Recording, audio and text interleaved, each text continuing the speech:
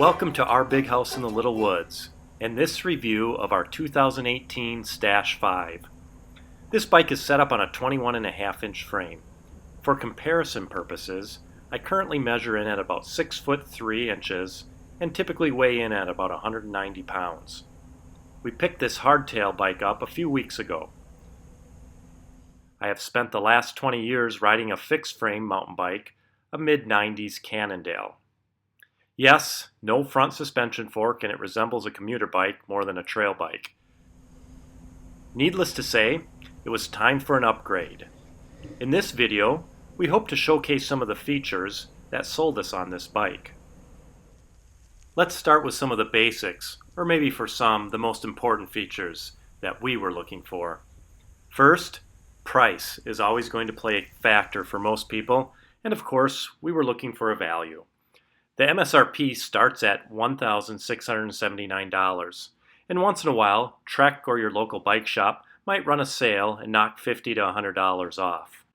Is it okay to say that I like the color? The only color offered for this frame is a matte metallic gunmetal.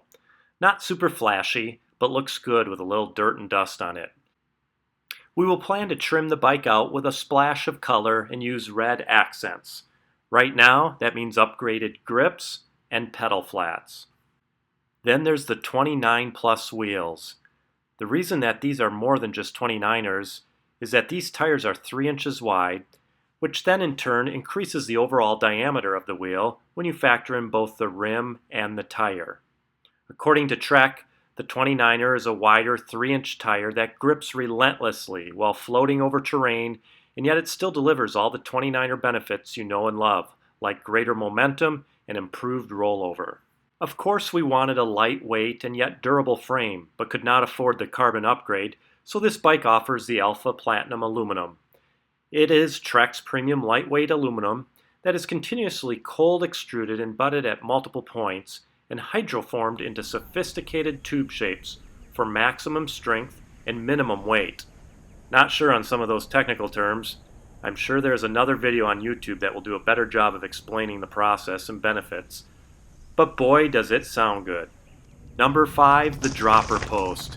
Even though I thought this was cool, I admit it seemed a little gimmicky at first. But boy, has this been a great feature.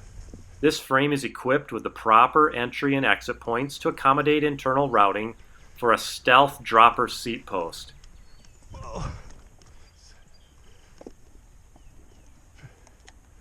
Oh, it seems so easy when you're that close to the ground.